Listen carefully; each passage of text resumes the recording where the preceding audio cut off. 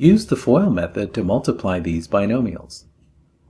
With the FOIL method, you multiply the four terms from the two binomials in a specific order. Multiply the first terms, then the outside terms, then the inside terms, then the last terms. So let's multiply these binomials. Fill in the terms here.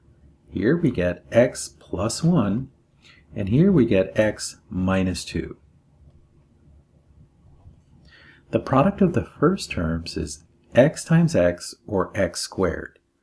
The product of the outside terms is, and we have to capture this minus sign, is negative 2, x.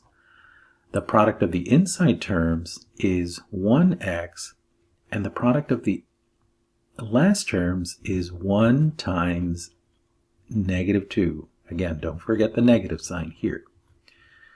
Simplifying, we get x squared, and then negative 2x plus 1x is minus x, minus 1x. And then the last terms are 1 times negative 2 is a negative 2, so minus 2.